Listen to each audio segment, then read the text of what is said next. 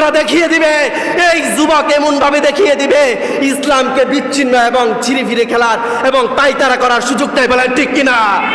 লিল্লাহে তাকবীর, লিল্লাহে তাকবীর। ইসলামের আলো সংসদে জ্বালো। আমরা এমন নেতা চাই, আমরা বাংলাদেশে এমন নেতা চাই যে নেতা রাসূলের সুন্নত অনুযায়ী রাষ্ট্র কায়েম করবে। আমরা বাংলাদেশে এমন নেতা চাই যে নেতা কোরআন অনুযায়ী সংসদ চালাবে। আমরা এমন নেতা চাই যে নেতা রাস্তা দিয়ে হাঁটার সময় শিশু বাচ্চা থেকে যুবক এবং বৃদ্ধ পর্যন্ত সালামের বাণী পৌঁছে দিবে। বলেন ঠিক কিনা? প্রিয় উপস্থিতি, আমি আপনাদের মধ্যে একটি মেসেজ পৌঁছে দিতে চাই।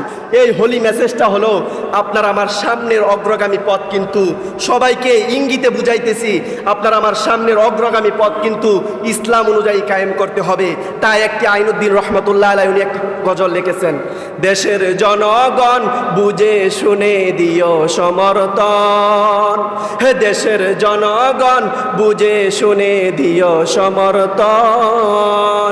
ইমানি পরীক্ষা নিতে, ইমানি পরীক্ষা নিতে সামনে এলো নির্বাচন, ইমানি পরীক্ষা নিতে সামনে এলো নির্বাচন।